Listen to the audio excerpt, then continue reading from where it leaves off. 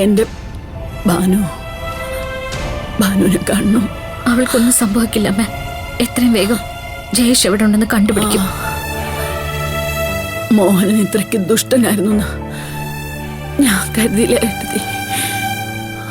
ഞാൻ അന്നേ പറഞ്ഞില്ലേ ഗായത്രി, അവന്റെ മോനും എല്ലാരും പക്ക ഫ്രോഡാണെന്ന്.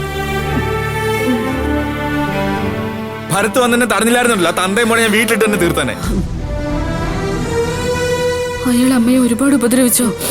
എന്താ ഭാമേ, കണ്ടാൽ അറിയില്ലേ നല്ലതുപോലെ ഉപദ്രവിച്ചിട്ടുണ്ടെന്ന്. ഭാവനേച്ചി, ഭാനുവിന്റെ കാര്യം? ഭാനു ജയേഷിന്റെ കസ്റ്റഡിയിലാണെന്ന് വിവരം കിട്ടിയിട്ടുണ്ടായിരുന്നത്. അവന്റെ ഫോണും സ്വിച്ച് ഓഫാ. എന്തായാലും അവൻ കുടുങ്ങും. ആ ദുഷ്ടൻ പച്ച വെള്ളം പോലും കൊടുത്തു കാണത്തില്ല ഗായത്രിക്ക്.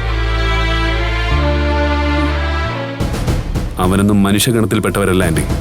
മൃഗത്തെക്കാളും തരംതാണ ജന്മം.